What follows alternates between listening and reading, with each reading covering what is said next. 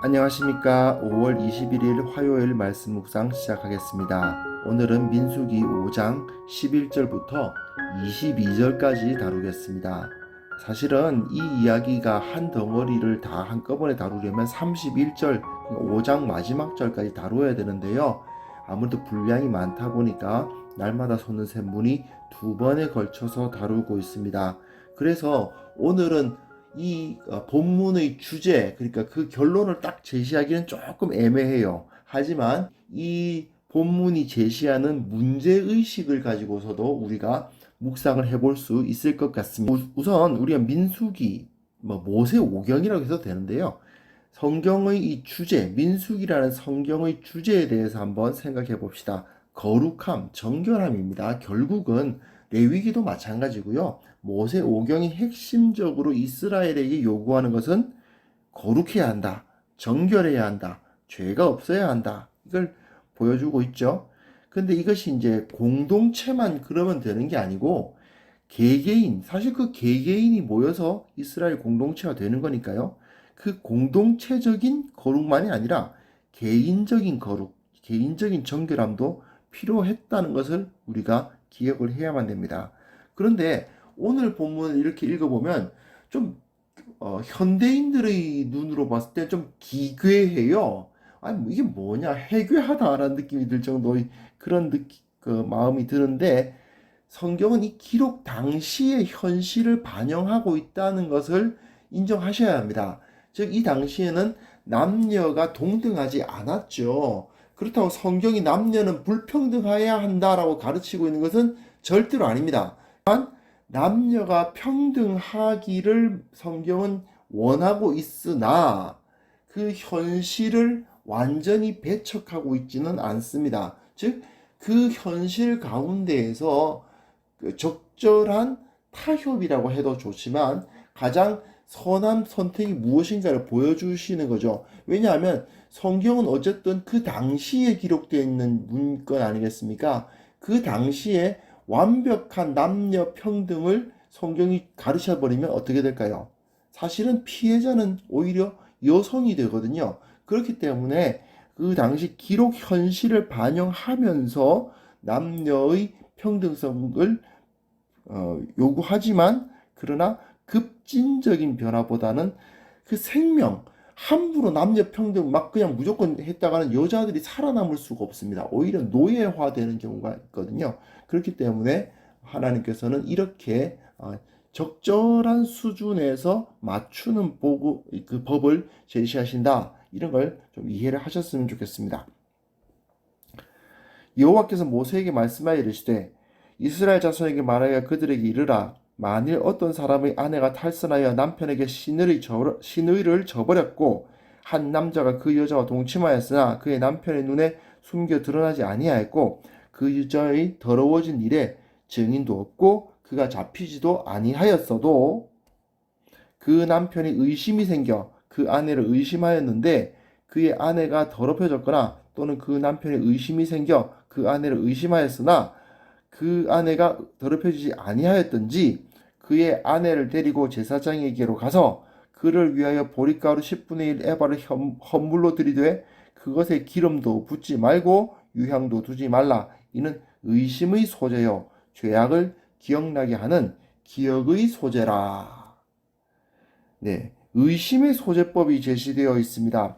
어떤 사람의 아내가 탈선하여 남편에게 신의를 저버린 상황입니다. 어떤 남자에 의해서 강제로 그런 일을 당한 게 아니고 이 여인이 자기 그 의지를 가지고 간음을 저질렀을 상황을 말하는 거죠. 이 상황에서 근데 증거가 없다. 했다고 말 안 하고 뚝 잡아 뗀다. 그랬을 때에 의심하도록 내버려 두지 말고 하나님 앞에 판결을 받게 해야 한다는 법입니다.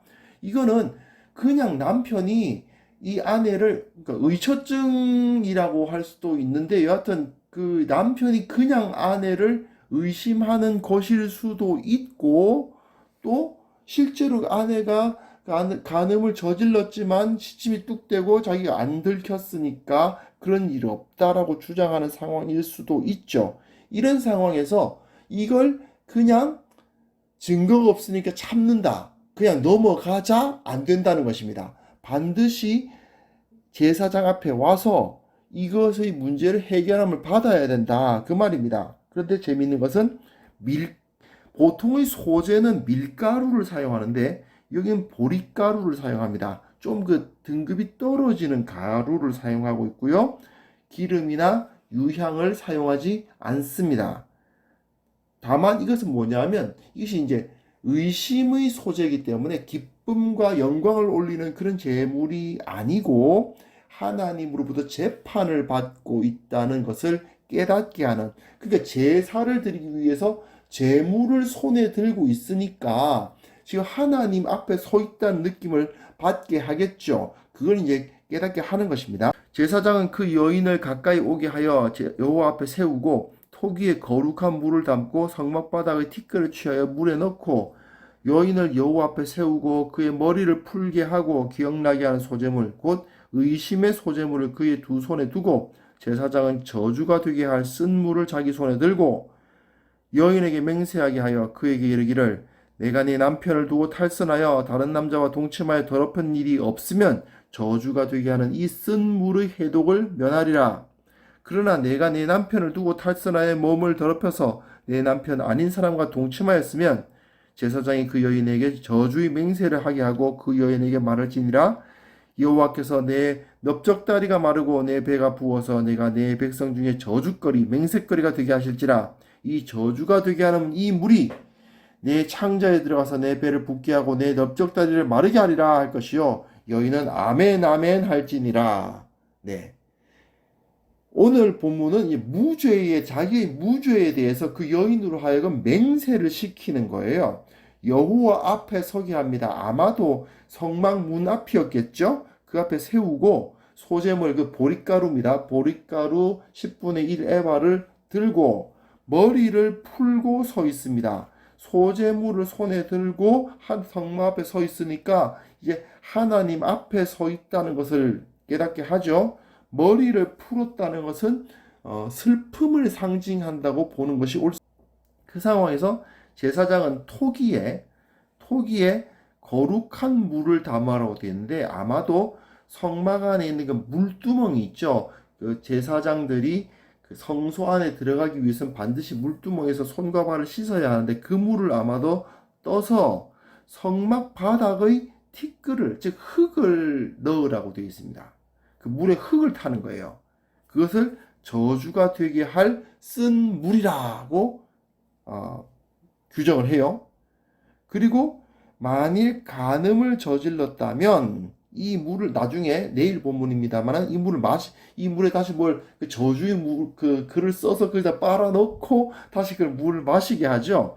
그래서 이 물이 여인의 넓적다리가 마르고 배가 붓게 할 것이다라고 하는 그 저주가 주어지고 여인은 아멘 아멘이라고 화답을 합니다. 뭐냐면 정말 내가 그런 죄를 지었다면은 내가 그런 저주를 받을 것이다 라는 것을 화답하게 만드는 거죠. 그래서 넓적다리, 배 이건 이제 사실은 그 완곡어법입니다. 넓적다리란 말이 여자들이 그 성기를 말하는 거고요. 그리고 이 배는 이제 자궁, 특히 그 아이를 배잖아요. 그것을 자궁을 의미하는 것인데 즉 임신하지 못할 것이다. 이제 더 이상 네가 만약에 간음을 저질른 것이면 더 이상 임신을 하지 못하는 여자가 될 것이다 라는 그 저주가 여기에 주어지는 거죠.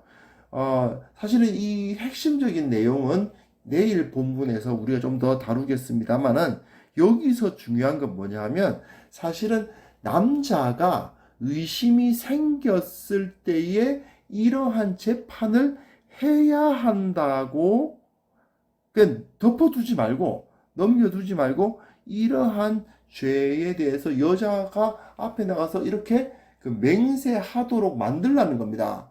그럼 이게 현대인들이 보기에 아니 단순히 의심이 든다는 이유로 그런 일을 시키다니 어떻게 그럴 수가 있는가라고 생각할 수도 있지만 사실은 그 당시에 여인이 남편으로부터 의심을 당하고 있는다는 상황 자체가 상당히 안 좋죠. 그 여인에게도. 그렇기 때문에 그 여인이 죄를 짓지 않았다면 그 억울함을 푸는 방법이기도 한 겁니다. 이것이. 그러니까 이것에 대해서 확실하게 죄가 있는지 없는지 하나님 앞에서 정확하게 재판을 반드시 하라라는 사실, 이게 중요합니다. 이건 뭐냐면요, 이스라엘 백성들 중에서 사실은 그렇지 않습니까? 한 그 여인이 다른 남자와 이제 그 불륜을 맺는다. 이거 적발이 안 되는 죄입니다, 이게. 그렇지만 은밀한 죄도 그 이스라엘 안에서는 없어야 한다는 메시지가 여기서 주어지고 있는 거죠. 하나님의 백성, 즉 교회는 은밀한 죄에 대해서 확실하게 다루어야만 합니다. 은밀한 죄악을 그냥 있는지 없는지 잘 드러나지도 않는데 그냥 덮어도 저 녀석이 뭔가 죄악을 저지르고 있다는 것을 의심이 들지만 드러나지도 않은 걸 가지고 굳이 그걸 긁어부스럼 만들 필요 있나? 라고 생각하면서 덮어두는 일이 없어야 한다는 것입니다. 우리는 특히 현대 교회가 이런 문제가 있잖아요. 죄 문제에 대해서 그렇게 깊이 생각하지 않는 경향이 많습니다. 현대 교회로 올수록 그냥 죄를 드러내고 죄악에 대해서 단죄하고 깨끗하게 용서를 받고 그런 것에 대해서 강조하지 않죠. 사실 죄라는 단어도 별로 많이 안 쓰는 그런 경향을 보게 되는데 이것이 거룩한 하나님의 백성에게는 걸맞지 않은 것입니다.